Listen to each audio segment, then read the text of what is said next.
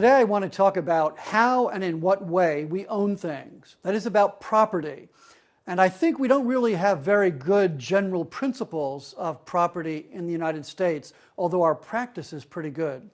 And so I want to talk about property rights and see if we can put them in some kind of broad perspective.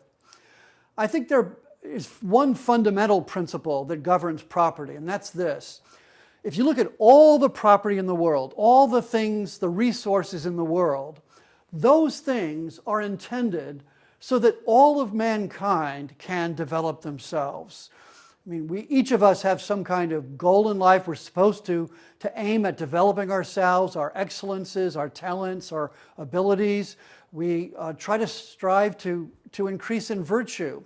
But for many of these things, we need resources of some sort.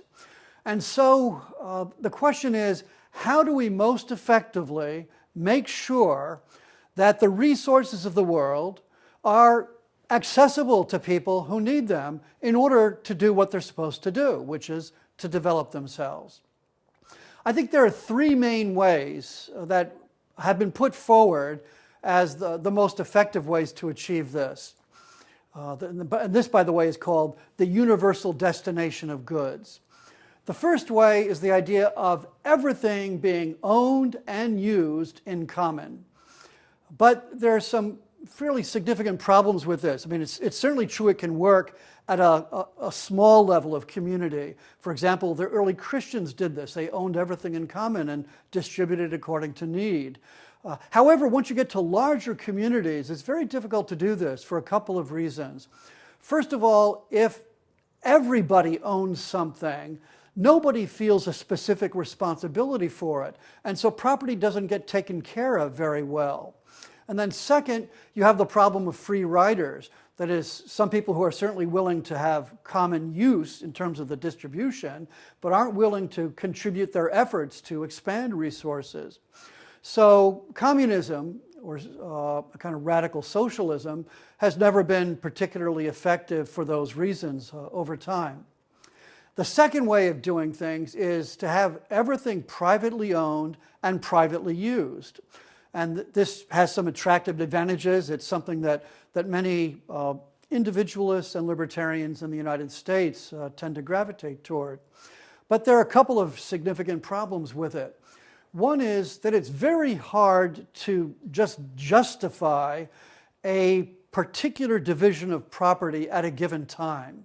You take the way property is divided nowadays and say that, okay, there should be absolute private property rights.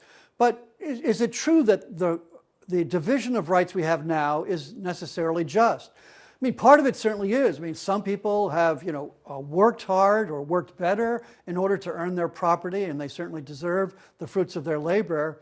But the problem is that, maybe people didn't really do that.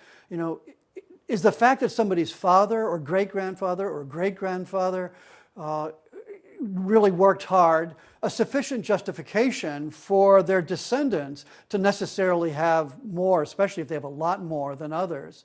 I mean, it's not so clear that that's the most fair thing. Not only that, some people who have property, a fair amount of property, can actually, if you trace it back, go back to some time when somebody didn't actually earn it, but just stole it. I mean, there's a lot of examples of that in life, right? Where people who successfully got property, got resources in underhanded ways. And so to simply take the division of property at a given time and say, well, this is absolutely just, seems to be problematic. And then there's a second problem with the pure private property, private ownership, private use approach. And that is that some people may not get what they need with no fault of their own. Because it's certainly possible that somebody might be born into circumstances. I mean, just think of how many, starving children there are in Africa. It's hard to say those children are starving to death at age 5 because they didn't work hard enough. So, while private ownership accomplishes some things, it doesn't completely effectively make accessible to everybody the property that everybody needs. So what's the third mechanism for trying to make sure that we achieve the universal destination of goods? I think the third approach is a combination that many people don't think of, and that is private ownership but common use. Now, what does that mean? Well, basically it means that if you have a system of private property set up well, there are ways in order to assure that property is accessible to everybody. Now, private property is very, very valuable, and it accomplishes a lot of good things. One reason is that it invokes people's self-interest. And given human beings as we know them, having a definite self-interest in something tends to stimulate effort. It makes people attend to it more, take care of it, use it better. So self-interest is one thing. Now, second thing, some people don't consider self-interest all that great or noble a motivation. But the fact of the matter is, a lot of self-interest is perfectly good. For instance, when the father of a family, the mother of a family go out and work to support their family, in one sense that's self-interest, but family life provides the opportunity for a great deal of sacrifice within the family unit. You know, parents taking care of their kids, sacrificing themselves for their kids. And so that kind of self-interest is actually often quite noble. Another reason private property is so good is because it enables families to take care of themselves. You know, the whole idea that a family has its private property that makes it possible to take care of all the members of the family is a very desirable thing. Why? Well, for both a negative reason and a positive reason. The negative reason, you might say, is it's always dangerous for a family simply to be dependent on others. Because if they're dependent on others, that means others may exercise power and control over them that can be abused. And so having a certain independence is desirable. And there's a more positive reason as well, which is not just rooted in the failings or faults of mankind.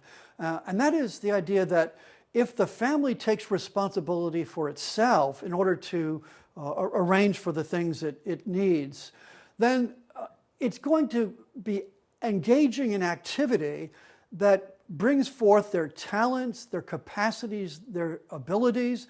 That is, they're going to develop themselves. And that self-development, that increase in human excellence, that's part of what the whole goal of human life is. And so private property is very valuable for that reason.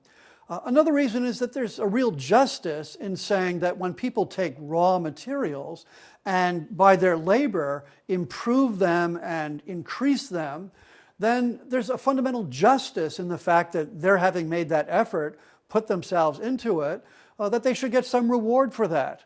And so in order to achieve that justice, private property goes a long way. And then finally, it's also a way of avoiding bitter public disputes. If everything's owned in common and there have to be common decisions about how to divvy up things among people, that can often result in quite bitter disputes. So if it's possible to divide things so that people have private ownership, you can avoid a lot of those disputes. So private property is very, very valuable. So how do we achieve common use with the system of private property, though? Because we want to make sure that we have not just private property, but we want to achieve that universal destination of human goods. Well, there are a number of different ways. The first thing to notice is that in any system of private property, typically people don't simply hoard the property. They go out and they use it. They engage in some productive activity of some sort.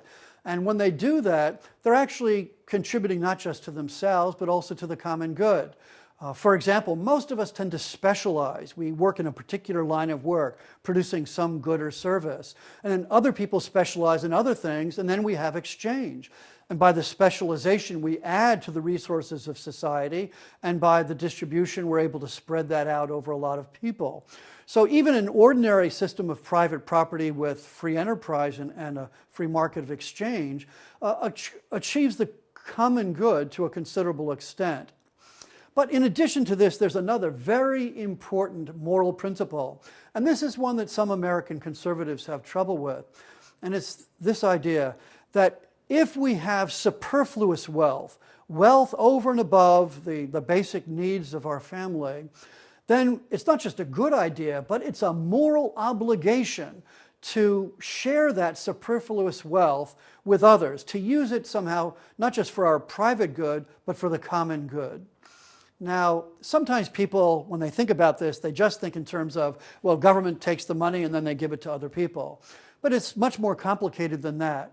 It's certainly true that one very important way we can use our superfluous wealth is to share it with the needy, especially perhaps those people who, through no fault of their own, don't have the basic resources that they need.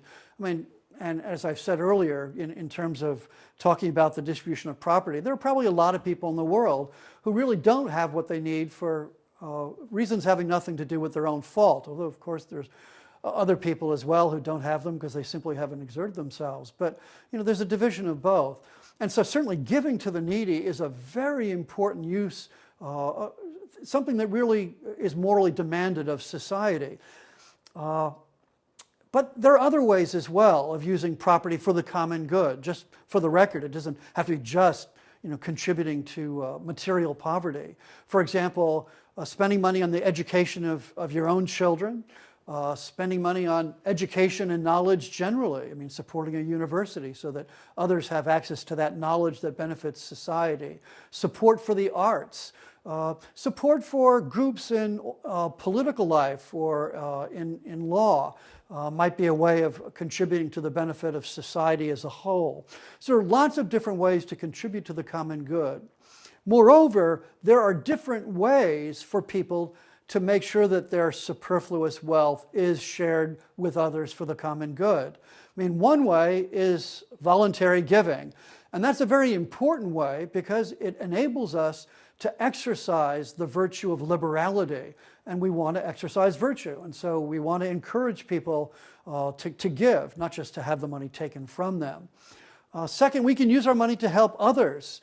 So for example, if we start a business, I mean, that might conduce to our own benefit to some extent, but it also means that other people have employment and other things are done for society. So investing the money in productive activities is also beneficial. And then third, there's also taxation. That is government basically taking money and then giving some money from some people to other people, in effect. That is, for instance, taxing some people who are much wealthier at a somewhat higher level than people who don't earn as much or don't own as much wealth. And that taxation is a useful thing because it goes beyond just voluntary giving and works on the problem we mentioned earlier of the free rider. What if you have somebody who has superfluous wealth, but who says, well, I'll just let the other people who have superfluous wealth take care of the needy, and I'll just use my own money for myself. In some sense, that's unjust. I mean, they too have an obligation to share. And so some measure of government taxation that might redistribute money in some limited way might be desirable. But of course, we're not talking about certainly confiscatory taxation.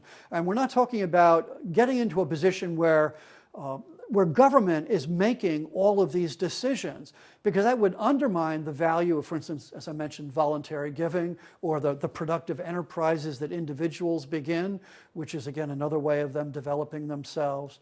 So there are lots of ways of achieving common use that are not simply governmental programs. And it's important for us to understand that when we emphasize this idea that there is a certain kind of moral obligation to use our superfluous wealth to help other people. Now, in fact, of those three methods, the everything being owned and used in common, or everything being privately owned and privately used, and the third method, the private ownership with common use, I think this last method is the superior one, and I think it's what characterizes American society. It's funny that sometimes Americans, and perhaps especially American conservatives, have a tendency to talk about American society as if it were based on an absolute private property right. But the fact of the matter is that there are many ways in our society that we make sure that in addition to having the benefits of private property, we also make sure that we achieve to a great degree the universal destination of goods. That most people in our society, almost everybody in our society, I think, although this is something that could be debated, has access to the fundamental things that they need in life. In fact, I think in some ways it's a much more serious question about whether the whole world can say that. But part of that is because in many parts of the world they have political and economic systems that don't permit the kind of self-development that comes from a system based on free constitutional government. But the bottom line is that sometimes America does better than it talks. It does recognize the importance of private property, but it also has a system that makes sure that people have access to the resources they need to develop themselves, which is ultimately the whole goal of property.